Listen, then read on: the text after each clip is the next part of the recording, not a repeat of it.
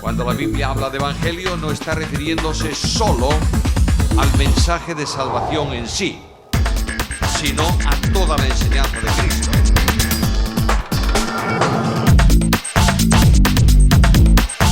Hay hombres a quienes Dios llama para encomendarles una determinada misión.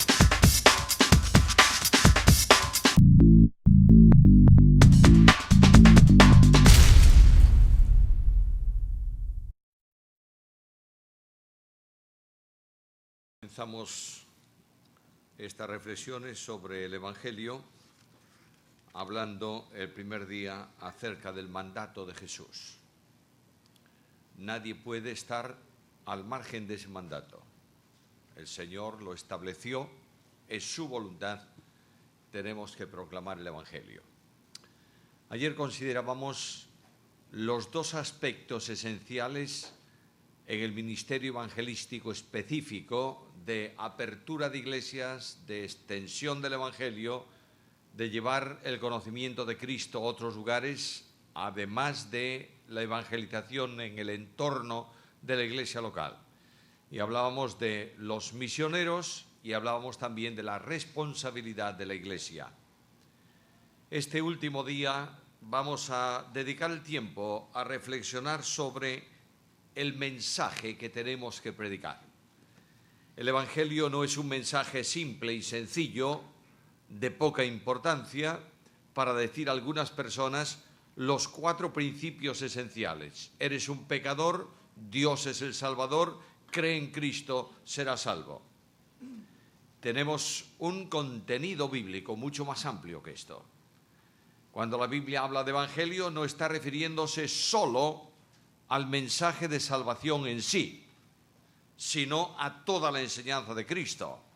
Cristo dice, id por todo el mundo, o id a todas las naciones, haced discípulos, bautizándolos en el nombre del Padre, del Hijo, del Espíritu Santo, enseñándoles que guarden todo lo que os he mandado. Y aquí estoy con vosotros todos los días. Cuando voy a la referencia sobre lo que se llama la Gran Comisión en el Evangelio según Marcos, leo de esta manera en el capítulo 16, Evangelio según Marcos, capítulo 16, versículo 15 y 16. Y les dijo, id por todo el mundo y predicad el Evangelio a toda criatura. El que creyere y fuere bautizado será salvo, mas el que no creyere será condenado. La importancia de estos versículos radica en el mandato de Jesús, que dice enfáticamente, id por todo el mundo, o si lo preferís mejor de esta manera, y mientras vais por todo el mundo, o yendo por todo el mundo, predicad el Evangelio a toda criatura. Dos cosas. La extensión del Evangelio es por todo el mundo. Segundo, el mensaje está perfectamente definido. Predicad el Evangelio. Hay 3 cosas que quiero mencionaros. En primer lugar, ¿qué es la evangelización? En segundo lugar, el contenido general de ese mensaje. Y finalmente, nuestra responsabilidad frente al desafío de predicar el Evangelio. Primeramente, la predicación del Evangelio. Lo que tenemos que hacer es proclamar el Evangelio de Cristo, y este mandamiento, este mandato, comprende a todos los creyentes. Los modos de cumplir la Gran Comisión son, a la luz del Nuevo Testamento, a la luz de la Biblia, esencialmente 3. En primer lugar está el evangelismo personal.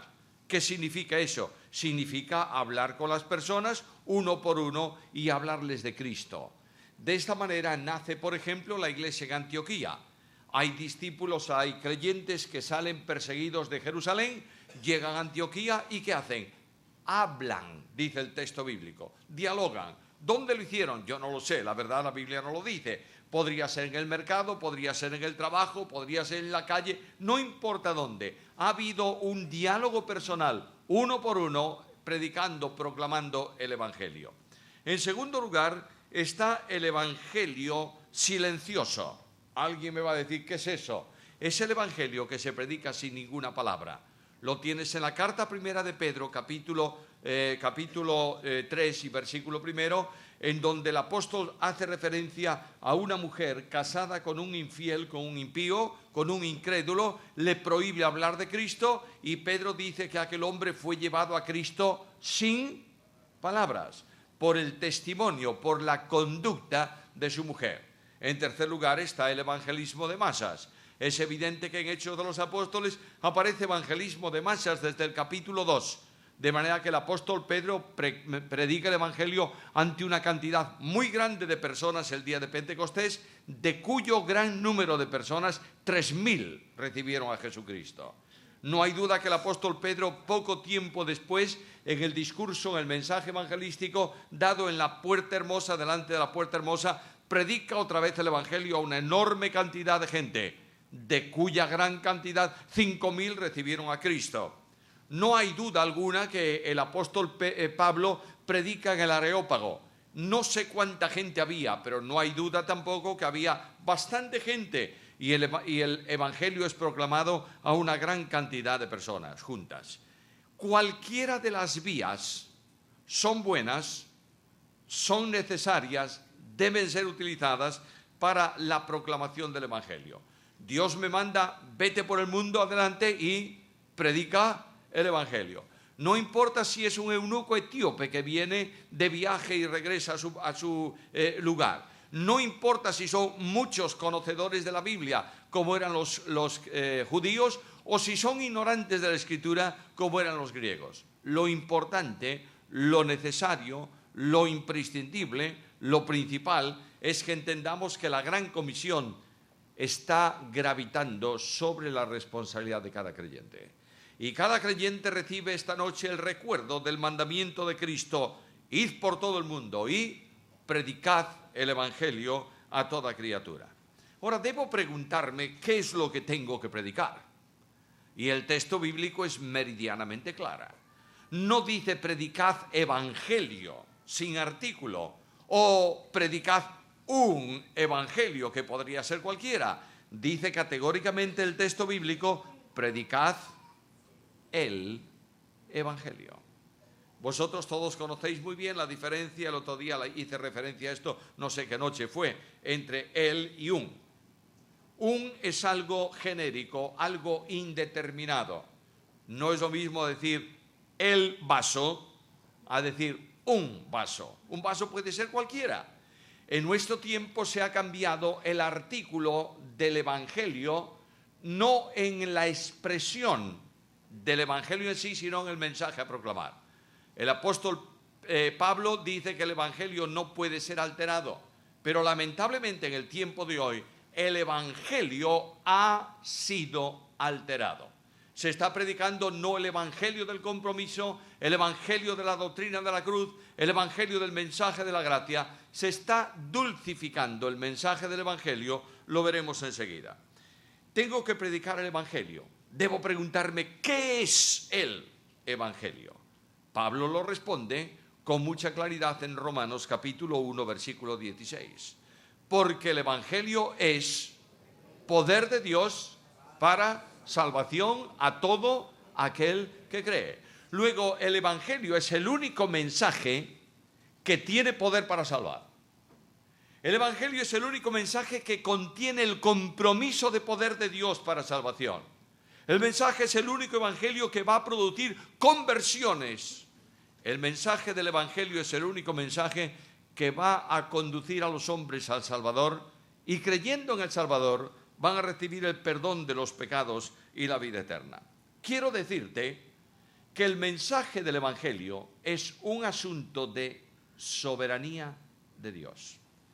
Quiero recordarte esta noche que el Dios de la Biblia en soberanía determinó salvar. ¿Recuerdas? Lo he mencionado casi todas estas noches. Permíteme decirlo una vez más. La salvación de los hombres no fue el resultado del pecado del hombre.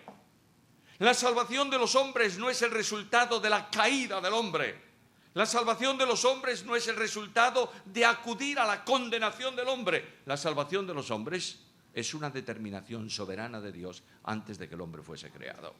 De manera que cuando voy a la Biblia leo aquel versículo que he mencionado todos estos días, o por lo menos un par de veces, quien nos salvó y llamó con llamamiento santo, no conforme a nuestras obras, sino según su propósito. Y la gracia que nos fue dada en Cristo Jesús antes de los tiempos de los siglos. ¿Sabes lo que proclama el Evangelio? El Evangelio proclama fundamentalmente el plan de la gracia de Dios. Los creyentes evangélicos estamos muy acostumbrados a decir cómo es la salvación, y lo repetimos enfáticamente en las palabras del apóstol Pablo: porque por gracia sois salvos por medio de la fe, y esto no es de vosotros, es un don de Dios, no por obras, para que nadie se gloríe. Hablamos, mencionamos, expresamos la gracia, pero a veces no nos damos cuenta o ignoramos qué cosa es la gracia. El amor de Dios se sustenta sobre dos grandes pilares. Por un lado está la misericordia, por otro lado está la gracia. De manera que el amor de Dios se expresa en extensión por medio de la misericordia. Es decir, la misericordia es el amor que permanentemente ama a pesar de cualquier circunstancia, a pesar de cualquier situación. De otra manera, cuando se habla de misericordia, todos sabéis muy bien el sentido etimológico de esa palabra. Está compuesta, es una palabra griega, pero también es una palabra latina, compuesta por dos voces: misere, miseria, y cordian, corazón. ¿Sabe lo que significa la misericordia? Pasar la miseria de otro por tu corazón. De manera que cuando tú pasas la miseria de otro por tu corazón, le amas porque es un necesitado de amor. De ahí que nunca en los tiempos de Cristo, quien necesitó recibir del Señor una atención especial, por ejemplo, los ciegos en el camino, ninguno de ellos clamó por gracia. ¿Por qué clamaron? Por misericordia. De otra manera, hijo de David, mira mi miseria, pásala por tu corazón y sé propicio a mí. Y el hijo de David pasa por el corazón suyo la miseria del ciego y es propicio al ciego. El amor de Dios en extensión, que es la misericordia, se manifiesta nuevo cada mañana.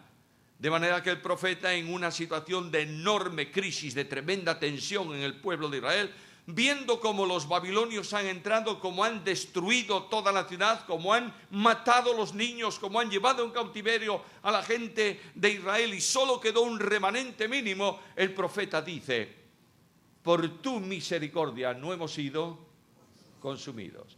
Nuevas son cada mañana tus misericordias, grande es tu fidelidad. Quiere decir que ayer por la noche yo me he acostado rodeado ¿de qué? Del amor de Dios. Y me he levantado esta mañana ¿cómo? Rodeado del amor de Dios. Y voy transcurriendo la jornada y tengo un tropiezo y caigo en un pecado, no importa qué, y sigo ¿qué? Rodeado del amor de Dios. Y este Dios de amor, de gracia, de misericordia, viene al encuentro mío en mi camino para extender una mano amiga, compasiva, llena de amor y restaurarme. El Dios de la Biblia es admirablemente misericordioso, pero el amor de Dios que descansa en la misericordia, amor permanente, descansa también en la gracia. La gracia es esencialmente el amor de Dios en descenso, de manera que donde hay gracia hay también descenso. Menciono dos textos que sabéis todos de memoria.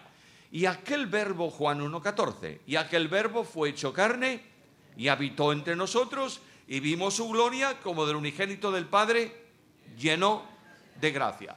De manera que en el versículo 1 el verbo era con Dios y el verbo era Dios. Versículo 14, el verbo desciende, se hace hombre. ¿Y qué es lo que impacta a Juan? La gracia de Jesucristo.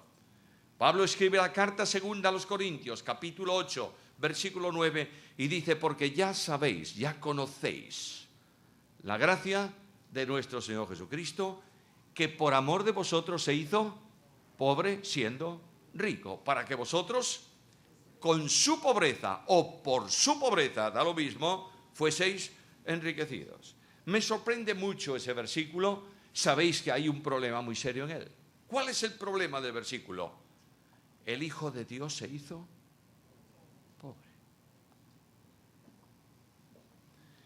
Cuando Cristo está en el mundo de los hombres, la Biblia, hablando de Cristo, refiriéndose a Cristo, dice que todo fue hecho en Él por Él. ¿Por qué? Porque es el unigénito. De manera que todo cuanto Dios ha hecho, ¿lo hizo para quién? Para Cristo. Y Cristo viene al mundo, y cuando Cristo está en el mundo de los hombres, ¿sigue siendo el unigénito del Padre o no? Claro. Entonces, ¿dónde está la pobreza? Sí tiene todo.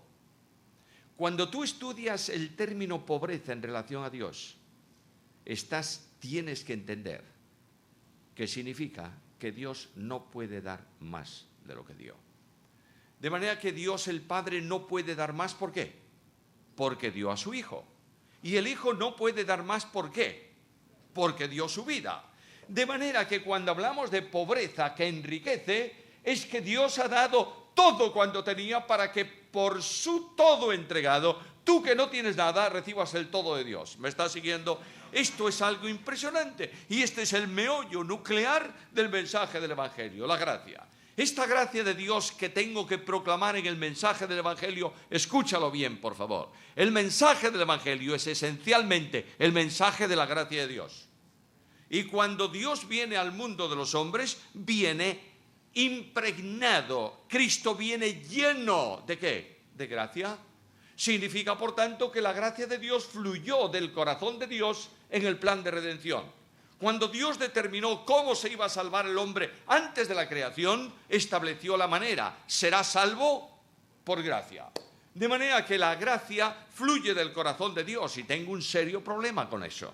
Esa gracia que fluye a raudales infinitos del corazón de Dios no puede ser contenida en un recipiente limitado. De otra manera, para entenderlo bien, toda la impresionante, enormísima creación de Dios no es capaz de contener la gracia de Dios. ¿Sabes por qué? Porque la sobrepasa en todo. De manera que, ¿dónde coloca Dios su gracia para salvación? Si la gracia es el amor derivado hacia el hombre, y el hombre no está, ¿dónde lo pone? En un recipiente infinito que es la segunda persona de la deidad. Y este Jesucristo, el Señor, que toma sobre sí como mediador entre Dios y los hombres la gracia infinita de Dios, la va repartiendo en el tiempo de la historia de la humanidad para salvación. Quiero recordarte esta noche que el primer hombre que se ha salvado en la historia de la humanidad se ha salvado por gracia. Y el último hombre que se salve antes de cielos nuevos y tierra nueva se salva por gracia. Pensar que algunos se han salvado por las obras de la ley no está en la Biblia, no es verdad, no es cierto. La ley fue introducida para manifestar el pecado, pero no hay en la ley ninguna posibilidad de salvación, porque nadie puede cumplir las demandas de la ley. Pero quiero decirte que esa gracia viene con Cristo. Y la gracia se manifiesta en el devenir, en el discurrir de Jesús. Y la gracia acompaña al Maestro. Y la gracia restaura a los pecadores. Y la gracia alimenta a las multitudes. Y la gracia de Dios ondea gloriosa y definitivamente sobre la cruz del Calvario. La cruz del Calvario es la expresión suprema de la gracia de Dios. Sobre la cruz del Calvario, Dios levanta y hace desplegar al viento de su poder la bandera del amor, que es la bandera de Dios. Y esa bandera ondea entre el cielo y la tierra para que los ángeles vean la gracia en la iglesia y el mundo vea la gracia en el amparo del Salvador que muere por ellos en una cruz. El mensaje del Evangelio es el mensaje de la gracia. Pero si el Evangelio tiene como mensaje un propósito, el Evangelio es poder de Dios para propósito. Esa preposición indica siempre un propósito. Voy a buscar un automóvil para propósito que me lleve a casa. De manera que Pablo dice, el Evangelio que se predica tiene un propósito para salvación. La salvación es por gracia naturalmente. Pero tengo que comunicar que la salvación que es por gracia tiene un objeto de la fe, que es el Salvador. No solamente está la gracia que salva, que sustenta la salvación, que sostiene la salvación, que mantiene la salvación. Está también la fe como instrumento para recibir la salvación. La salvación no descansa en la fe. Los grupos arminianos aseguran que la salvación descansa en la fe. Luego, cuando la fe se pierde, ¿qué ocurre? Se pierde la salvación. Pero la Biblia dice que la fe es simplemente el instrumento mediante el cual el hombre se apropia de la salvación por gracia, porque entrega su vida al Salvador. De manera que el mensaje del Evangelio, que proclama salvación por gracia, necesariamente tiene que proclamar la persona y obra ¿de quién? De Cristo. El mensaje eficaz del Evangelio es un mensaje cristocéntrico. Mira a Pedro. Toma un momento tu Biblia, si la tienes ahí. Quiero que me sigáis en 2 o 3 cosas, 2 ejemplos de la Biblia. Hechos capítulo 2. El discurso de Pedro en Pentecostés. Viene el ruido del viento recio, viene todo aquello, la gente se junta. Conocéis la historia, ¿verdad? No voy a recordarla porque no tenemos tiempo para esto. Perplejos, atónitos, la gente dice, ¿qué es esto que está pasando? Y Pedro dice, no os asustéis tanto. Porque Dios en la profecía ya habló un día de que iba a ocurrir esto. Si la profecía lo dice, no está diciendo Pedro que aquí se haya cumplido la profecía de Joel, está diciendo que está ahí, ¿verdad? Y de pronto Pedro calma a la gente, les dice, escuchad, voy a deciros algo. ¿Y cómo comienza la predicación de Pedro? Versículo 22. Varones israelitas, oíd estas palabras. ¿Qué más? Jesús Nazareno. De manera que el mensaje de Pedro en Pentecostés es un mensaje cristocéntrico. Ha girado en torno a Cristo. Ha proclamado la obra redentora en Jesucristo. ¿Cuál es el resultado de ese mensaje? 3.000 personas recibieron a Cristo. No puede haber salvación, no puede haber llamado a la fe que no contenga necesariamente la persona en quien voy a depositar la fe, que es Cristo. Por tanto, tengo que proclamar a Cristo. Ahora, mira el capítulo 4. Ahí proclama, capítulo 3, la curación del cojo, y ahora viene el discurso de Pedro, versículo 12. Viendo esto, Pedro respondió al pueblo, varones israelitas, ¿por qué os maravilláis? Etcétera, etcétera. Versículo 13, el Dios de Abraham, de Isaac y de Jacob, el Dios de nuestros padres, ha glorificado a su Hijo Jesús. Y comienza a predicar un mensaje cristocéntrico. ¿Cuál es el resultado? 5.000 personas vienen a Cristo. Hay un hombre que va por el camino del desierto. Es el eunuco etíope. Y de pronto el Espíritu dice a Felipe, el evangelista, únete a ese carro. Y él va caminando al lado del carro y va escuchando que el eunuco está leyendo parte del profeta Isaías. Y él viene y le dice, ¿entiendes lo que lees? No, si no me lo explican, es muy complicado entender esto. De manera que Felipe, dice el texto bíblico, comenzando desde ese pasaje, le predicó ¿a quién? A Cristo. Mensaje cristocéntrico. Fue el mensaje más eficaz de toda la historia del cristianismo. Toda la audiencia creyó en Cristo. Bueno, era uno solo, pero creyó en Cristo.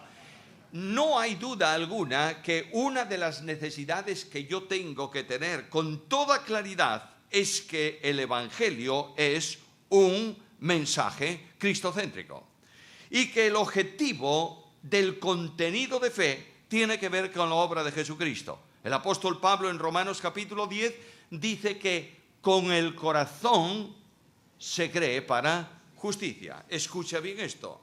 El asunto de fe para salvación no es un asunto de aceptación mental. La fe que salva no es una fe del cerebro, es una fe del corazón. La fe que salva es la fe que el Espíritu de Dios genera en el corazón del hombre para que pueda depositarla en el Salvador. Alguien me va a decir, bueno, si Dios genera la fe y la da de esta manera, luego Él cree o hace creer al pecador. No es así. Le capacita para que crea, pero no le obliga a creer. La responsabilidad de salvación, de decisión, de entrega, no está en Dios, que hace todo lo necesario para que tú puedas. Está en ti, que tomando la fe que Dios generó por su Espíritu en tu corazón, la depositas ¿en quién? En el Salvador. Y dices, creo. E inmediatamente que tú dices, creo, en un acto de fe personal, ¿qué ocurre? Recibes la vida eterna. Yo sé que hay muchas discusiones sobre el modo de salvación y sobre lo que es necesario hacer para ser salvo. Yo sé que hay personas que dicen que hay dos cosas que hacer para salvarse. Número 1, creer. Número 2, arrepentirse. Bueno, casi nunca lo dicen así. Casi siempre dicen, número 1, arrepentirse. Número 2, creer. Nadie puede arrepentirse sin haber creído. Porque arrepentirse significa un cambio de mentalidad, ¿sí o no? Cambio de mentalidad no es un cambio de pensamiento. Es un cambio absoluto de forma de pensar. De otra manera, yo puedo creer ignorantemente o sin arrepentimiento, voy a explicarlo así, yo puedo creer en la obra salvadora de Cristo y puedo aceptar con mi mente que yo soy un pecador, que Él es el único salvador y que si no creo me pierdo. ¿Lo puedo aceptar con la mente? ¿Cambié yo de mentalidad? No. Sigo teniendo la misma mentalidad que tenía, solamente me he limitado a pensar un poco de una forma diferente, ¿no es esto? Pero el cambio de mentalidad que te conduce al arrepentimiento significa que tu pensamiento ya no puede coincidir con lo que pensabas antes, porque has cambiado totalmente de esa manera de ser y de pensar. No hay hombre que sea capaz de arrepentirse sin la ayuda del Espíritu Santo. ¿Me estás siguiendo? Pero quiero afirmar con toda la autoridad de la Biblia que no hay nadie que se salve sin arrepentirse. ¿Me estás siguiendo? Pero para poder arrepentirte, la fe depositada en Cristo produce el gran milagro de la regeneración. Ahora, ojo con esto. A veces estamos caminando, decimos en España, al filo de la navaja, ¿verdad? Hay algunos que enseñan también que nadie puede creer sin haber sido nacido de nuevo. De manera que estos dicen que el Dios de la gloria escogió eternamente a unos cuantos para salvación y que a estos regenera porque están muertos en delitos y pecados, y cuando los regenera creen, y cuando creen se arrepienten. Pero ¿dónde está la verdad bíblica? Ahí tienes el carcelero de Filipos lleno de miseria y de inquietud. Varones, ¿qué es necesario que yo haga para? ¿Y qué responde Pablo? Cree. Solo. No hay duda, por tanto, que ese hombre que cree en Cristo y deposita su fe en Cristo es regenerado, y el cambio de mentalidad es tan evidente que lleva a Pablo a casa para lavarle las heridas. Notas que no ha dejado de pensar un momento, simplemente ya es otra persona con otra orientación. Pero también hay otro extremo.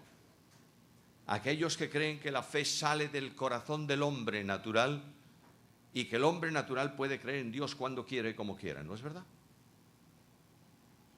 Escucha lo que dice Pedro en la carta primera, capítulo 1 y versículo 2. Escogidos según la presciencia de Dios Padre, ahora sigue el versículo, en santificación del Espíritu, propósito, para obedecer. De otra manera, no hay posibilidad de obedecer al llamado de Dios desde el plano natural del hombre sin haber sido impulsado, ayudado, alentado, toma la palabra que quieras, por la acción del Espíritu Santo. Escucha bien esto, hermano amado. No hay salvación sin la acción del Espíritu Santo de Dios.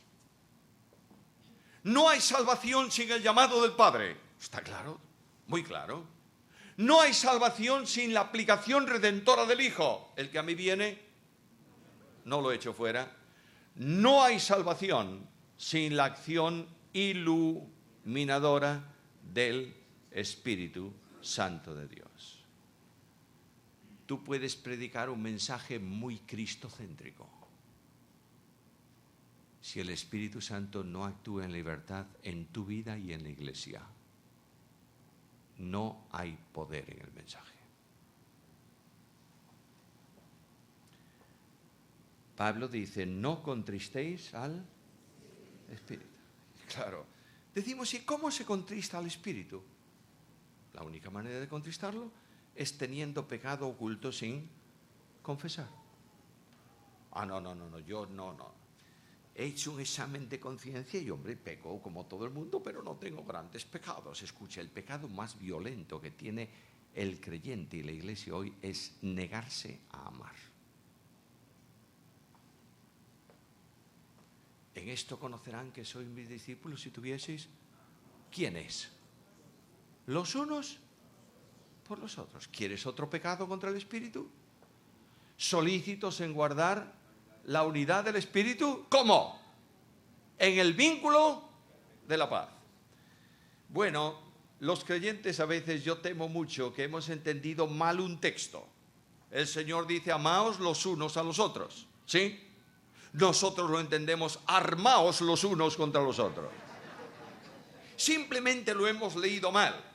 Pero cuando la iglesia de Cristo está en esa dimensión, el Espíritu Santo está contristado. No esperes una manifestación de poder en salvación. Simplemente cuando la iglesia gira un poco, solo un poquito, casi nada, y entra en una mayor sintonía con Dios, Dios salva. Durante muchos años, yo he dicho, España es un país dificilísimo para el Evangelio. ¿Lo oísteis alguna vez? Uy, cuando se convierte alguien en una reunión de una iglesia, eso es. Hay una experiencia en nuestra iglesia, en donde un día dijimos, terminó. Terminó la forma. Terminó el sistema. Terminó el hombre. Vamos a sintonizar con Dios. Domingo por la mañana es muy, Susana lo sabe, es muy habitual que el domingo en el culto de la mañana se levante alguien pidiendo al Señor perdón de sus pecados en público. Predicaba una mañana el pastor de jóvenes, lo hace cada 5 domingos. Cuando él predica, los jóvenes tienen la alabanza y es un culto un poco más, ¿qué te diría yo? ¿Cómo puedo expresarlo? Un poco más rítmico. Pero sabéis, la gran sorpresa es que los mayores de la congregación, los viejitos de la iglesia, se sienten felices. Yo no he visto un milagro transformador más grande que ese, pero se sienten. Y el pastor de jóvenes está muy acostumbrado a predicar ¿a quién? Bueno, a jóvenes. De manera que él tiene muchos ejemplos, es un mensaje más suave, muy bíblico, pero más suave. Y aquella mañana él tenía el ministerio y cuando íbamos a subir para la reunión me dijo, siento que debo predicar hoy el Evangelio. ¿Vale? ¿Sientes? Predica el Evangelio. El pastor de jóvenes subió al púlpito en su momento y dijo a la congregación, vamos a leer un pasaje. Y leyó el pasaje del paralítico que es llevado por 4 amigos a Cristo. ¿Lo recordáis? Y él dijo, voy a dividir esto en 2 partes. Primeramente quiero hablar a la congregación, a los cristianos. Cuando el paralítico llegó a la puerta de la casa, no podía entrar. Por la puerta principal no entraba. ¿Por qué? Porque nadie lo dejaba pasar. De manera que los amigos subieron al tejado, abrieron el techo Imagínate, decía él, y es verdad, al dueño de la casa, ¿pero qué hace ese?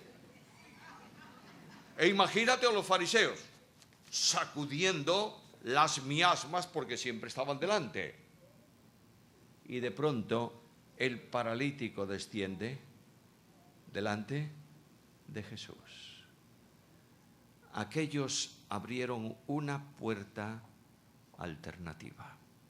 Y él dijo: tal como está compuesta y orientada la mayor parte de la iglesia hoy, la gente no entra por la puerta oficial de la iglesia. Tenemos que abrir puertas alternativas. Algunos dirán: ¡qué barbaridad! Otros dirán: nunca se hizo. Pero lo importante es que la gente venga ¿a quién? A Cristo. Y dicho esto, aquel hombre, el pastor de juventud, dijo: y quiero deciros que esta mañana entre nosotros seguramente que hay algún paralítico espiritual que necesita a Jesús.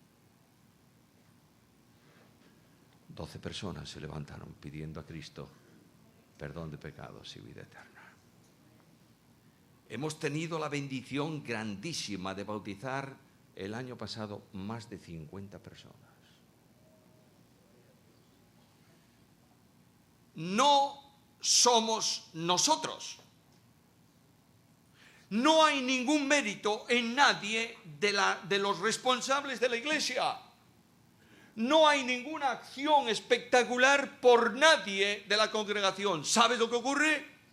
Que Dios dice: cuando Dios está en medio de vosotros, Él salva. Y yo lo creo. Se abre un punto de testimonio nuevo. ¿Con cuánto temor se abrió? Menos de 3 años. Más de 30 personas en comunión. No creo. No vuelvo a creer en el tiempo difícil para España, para predicar a Cristo. El problema no está en la sociedad, están los cristianos.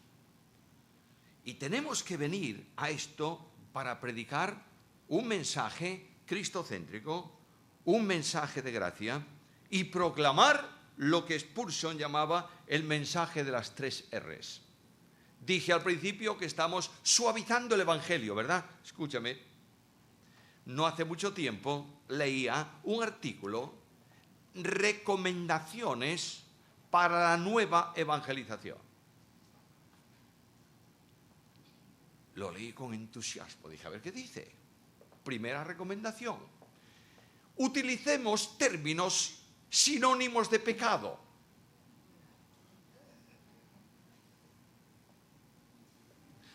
Segundo, la sociedad siente un rechazo abierto a la violencia y a la sangre. Luego, no hablemos tanto de la sangre de la cruz. Tercero, hay más. Menciono 3 nada más. Tercero, estamos en una sociedad en donde el hombre ha ganado merecidamente su lugar. Démosle al hombre lo que corresponde. ¿Sabe lo que significa? Conozco una iglesia muy grande en cierto lugar del mundo, casi todas las grandes están ahí, en cierto lugar del mundo, que la gente no cabe en la iglesia, ni en la otra iglesia, ni en la otra iglesia. Y han comprado un polideportivo, 60.000 personas. ¿Sabes cuál es el mensaje de esa iglesia? Tú puedes. Este es el mensaje. De manera que cuando alguien viene ahí frustrado y lleno de miseria, ¿sabe lo que le dice? Bueno, estás mal, pero tú puedes. Ah, claro, esto gusta al hombre, naturalmente. Lamentablemente yo no tengo más mensaje que el mensaje del Evangelio. Y lo primero que yo tengo que predicar en el mensaje del Evangelio es la R de ruina. Y tengo que decirle a las gentes, eres un arruinado espiritual. No puedes hacer nada para salir de tu situación. El pecado es una transgresión contra Dios y la paga del pecado es la muerte. Y quiero decirte que tú eres uno de los hombres del mundo y como hombre eres un pecador. ¿Tengo que decirlo o no? Sí, tengo que decirlo. Y tengo que decirle al hombre que es incapaz de superar su fracaso espiritual, aunque quiera.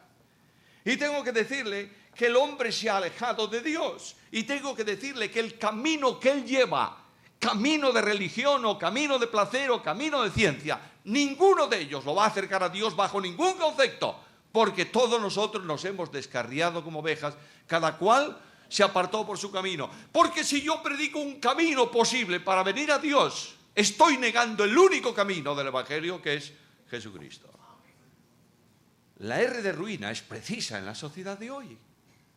Conozco personas que han hecho profesión de fe hace mucho tiempo y son unos impíos viviendo en el pecado. ¿Sabes por qué? Porque no salva la profesión. Salva la entrega incondicional de la vida a Cristo. ¿Entiendes esto? Hay cientos de personas convencidos de lo que son, pero muy pocos convertidos. Hay hijos de creyentes de años que no han dado su corazón a Cristo y están muertos en delitos y pecados. Hay personas que son líderes en las iglesias y algunos de ellos no han nacido de nuevo. Perdonadme este énfasis, alguien me diría, estás exagerando. Estaba predicando un día en una campaña evangelística. Terminó la campaña. Me iba para casa y de pronto viene un muchacho joven. Y me dice, mire, mi papá quiere hablar con usted. Yo le digo, bueno, ¿dónde está tu papá? Dijo, no, dice que si le puede esperar aquí viene. Muy bien, aquí le espero. Primera gran sorpresa. Quien viene a hablar conmigo es uno de los diáconos de una iglesia y uno de los coordinadores de trabajo de la campaña. Y me dice, tengo que decirle algo.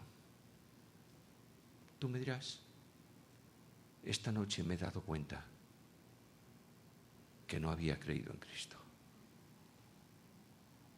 Bautizado, trabajando en la iglesia, había aceptado a Cristo con esto. No lo tenía en esto.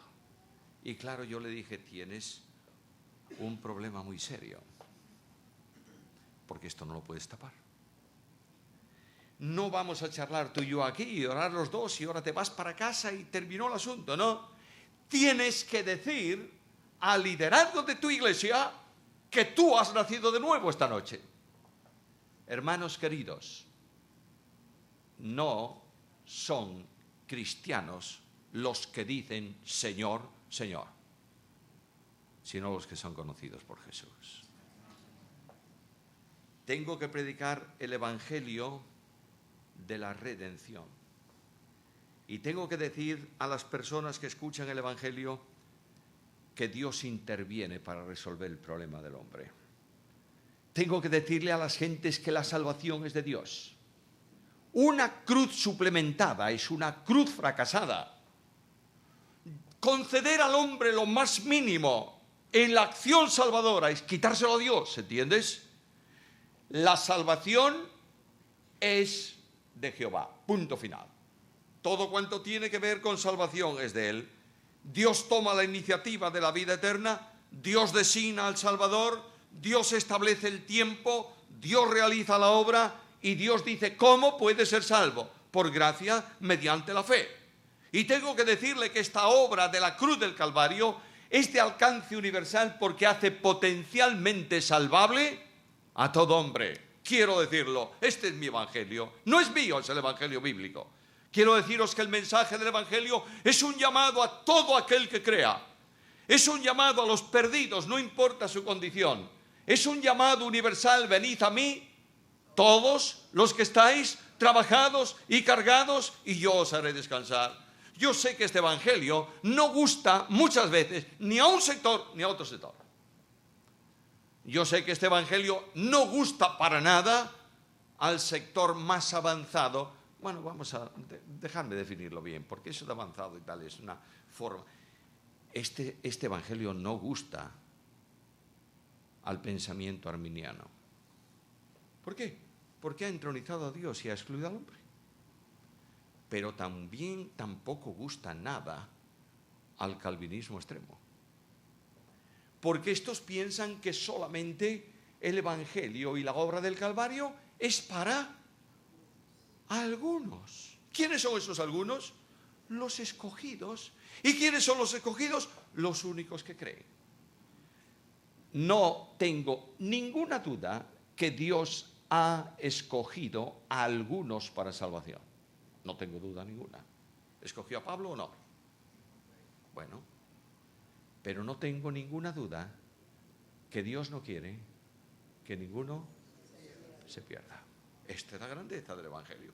¿Por qué entrar en polémica de que si es, que si no es, que si deja de ser? No me interesa a mí, eso es asunto de Dios. Lo único que yo tengo que hacer es predicar el evangelio a todo aquel que crea. Yo creo que los históricos de aquí sabéis muy bien que uno de los más grandes predicadores del evangelio habidos en los últimos tiempos en Europa se llamaba Spurgeon, ¿verdad?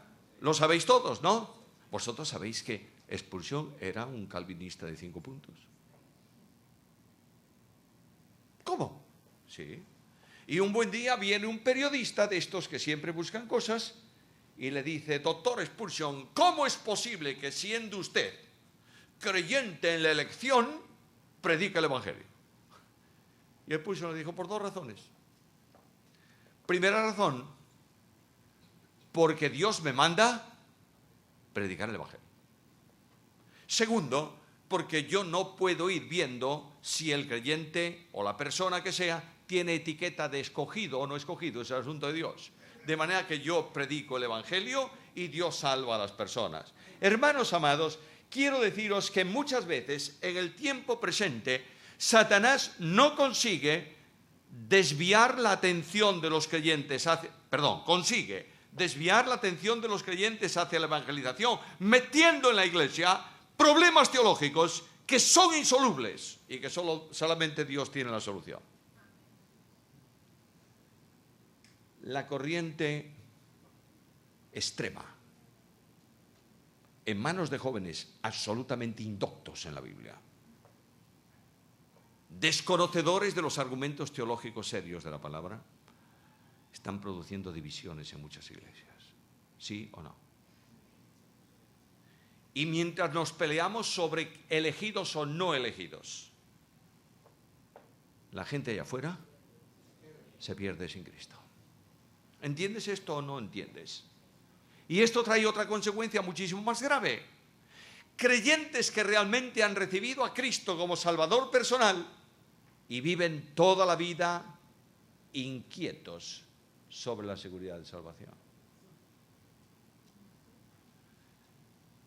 No los que están en iglesias extremas, dentro de las nuestras. ¿Sí o no? ¿Sabes por qué? Porque no se les ha explicado la seguridad de salvación. Entra un hermano y el domingo te dice con una cara de tristeza: ¿sabes? Estoy muy intranquilo porque no sé si habré perdido mi salvación. Y tú te sientes maestro de indoctos y padre de niños espirituales y los sientas en el banco y le dices: escuche usted, con atención, Sí.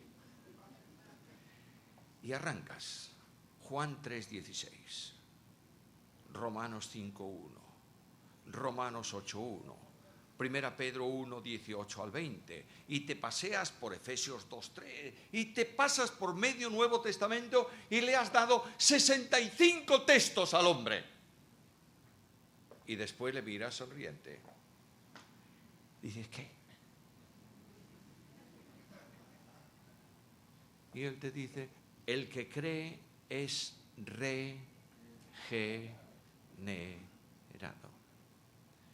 No se le ha arreglado algo, se le ha dado una nueva naturaleza. No se le ha modificado un poco su corazón, se ha puesto ese corazón a un lado porque no tiene arreglo y se le ha dado un corazón de carne.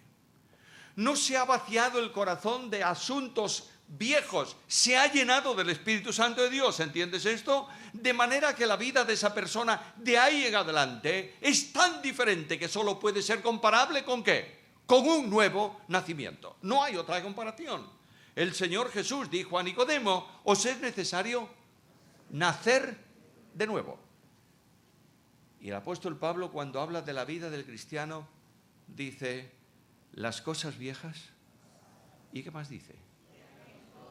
Todas son hechas nuevas. Cuando una persona cree en Cristo, ha recibido una nueva posición, una nueva orientación, una vida nueva. Y la vida nueva se tiene necesariamente que manifestar. Antes era un hombre, una persona muerta en sus delitos y pecados. Y de pronto dice el texto, y juntamente con él nos resucitó. Y asimismo nos hizo sentar con él, ¿dónde? En los lugares celestiales. Luego el creyente tiene una orientación celestial, no por esfuerzo de mirar arriba, sino porque está arriba. ¿Me está siguiendo? Cuando hablamos de vida de santidad, estamos enfatizando muchas veces Filipenses 2:12. ¿Es así o no? Hermanos, por tanto, ocupaos de vuestra con temor, y le ponemos un punto y predicamos sobre eso. Y encima un esquema dogmático de cosas que son buenas y de cosas que son malas, de experiencia de santo y de experiencia de calamidad. Y ahí tienes a todo un pueblo de Dios encogido sobre losas de cargas espirituales que no puede llevar. Entonces, ¿en qué consiste la vida de ocupación de la santidad? Escucha, dice el versículo siguiente, aquí está el secreto.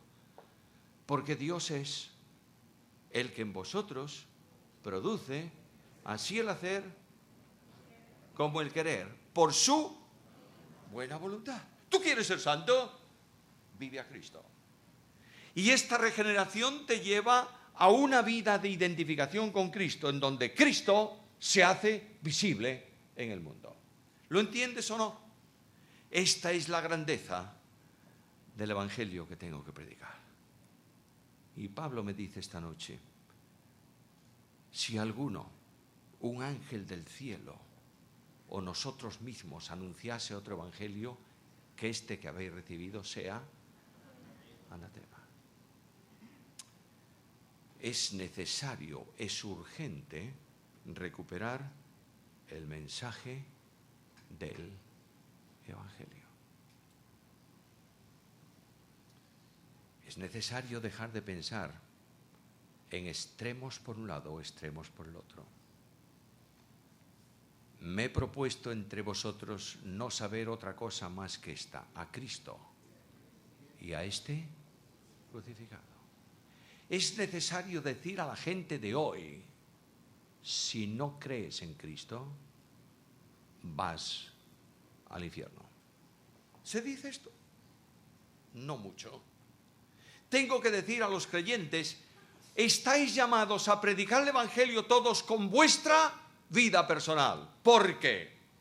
Si tengo un evangelio muy bíblico y cristocéntrico, si hablo con toda ortodoxia la doctrina de la salvación, pero no respaldo con mi vida el evangelio que predico, estoy siendo un contratestimonio para el evangelio. Uno de los fracasos más grandes que ha habido hace 10, 12 años en ciertos sectores de los Estados Unidos de América fue descubrir a grandes líderes de iglesias, entre comillas, involucrados en asquerosos pecados. ¿Sí o no? ¿Y qué pasó? Desprestigio absoluto. Para ellos eso pasa rápido. Para el evangelio que predicaba. Es necesario predicar el evangelio de la gracia y del amor. ¿Cómo? Amando y ayudando. Es necesario predicar un mensaje del evangelio de restauración espiritual. ¿Cómo? Restaurando al caído. Es necesario predicar un mensaje del Evangelio visible a los niños. Una de las bendiciones que tenéis en las iglesias aquí es niños. Algunos duermen fantástico, han pasado el mejor culto de la historia. Pero quiero deciros que a esos niños no se le puede hablar del amor de Dios si el papá no honra a su esposa. Y no puede la madre hablarle del amor de Dios al niño si no respeta al marido. ¿Estáis conmigo o no en este asunto? Por favor, queridos míos, basta de formas religiosas, basta. El sistema religioso se ha agotado, no va más. Y es necesario ir a una vida de dependencia ¿de quién? Del Espíritu Santo de Dios. Dios te está llamando y me está llamando a predicar el Evangelio. Id por todo el mundo y predicad el Evangelio. Hace unos cuantos años, bastantes años, en una iglesia grande llegó un labrador. Labrador, no el perro, un labrador del campo. Llegó un labrador y le dijo al pastor de la iglesia: esta semana he recibido a Cristo. Y el pastor de la iglesia le dijo: fantástico, ¿cuál fue lo que te llamó la atención del sermón del domingo? Y él le dijo: mire, muchas cosas, pero no fue ese sermón, fue otro. ¿Cómo otro? Y él dice: mire, viene por allí. Y le señaló a un hombre de la iglesia que se aproximaba con su familia. Y le dijo: mire, el padre de este hombre y el mío se pelearon durante toda su vida por una finca. Y nosotros nos seguimos peleando igual. De manera que cuando él plantaba, yo le quemaba lo que plantó por el lado de mi finca. Y cuando yo plantaba, él hacía lo mismo. Un día comenzó a dejar de meterse conmigo en este sentido, y un día que mi cosecha fue muy mala, una mañana me levanté y encontré un saco de trigo en la puerta de la casa. Y yo dije: ¿quién lo habrá puesto? Lo metí dentro y a la semana siguiente otro saco de trigo. Y yo dije: no puede ser. Me puse a vigilar y una mañana veo a este hombre con un saco de trigo poniéndolo otra vez en la puerta. Y yo le dije: ¿qué haces? Y él me dijo: quiero darte esto para que puedas seguir adelante con tu familia. Quiero decirte que mi problema contigo se ha resuelto. Que si quieres la finca para ti, tómala. No hay ningún tipo de problema. Y yo le dije: ¿cómo es eso? Y me habló de un Cristo que cambió su vida. Ese fue el mensaje que me llevó a Jesús. Y le dijo: ¿sabe, pastor? Hemos tomado una decisión los dos. Esa finca la vamos a dedicar para reunirnos cada mañana y orar juntos y leer la Biblia. Un mundo de egoístas cristianos es una escoria para el mensaje del Evangelio. Un mundo de calumniadores entre nosotros es una vergüenza para el mensaje del Evangelio. Un mundo de arrogancia espiritual que entroniza al hombre y roba la gloria de Dios hace estéril la obra del Evangelio. Amados míos, en el nombre del Señor, un alto en el camino y un retorno a Cristo. Un venir a su presencia y decirle esta noche: Señor, yo quiero un mensaje fresco con mi vida para un mundo que se pierde.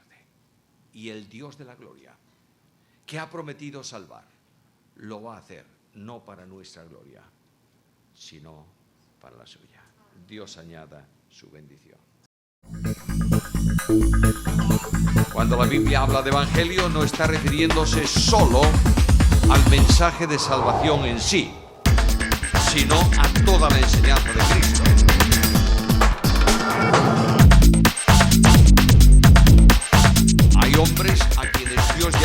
para encomendarles una determinada misión.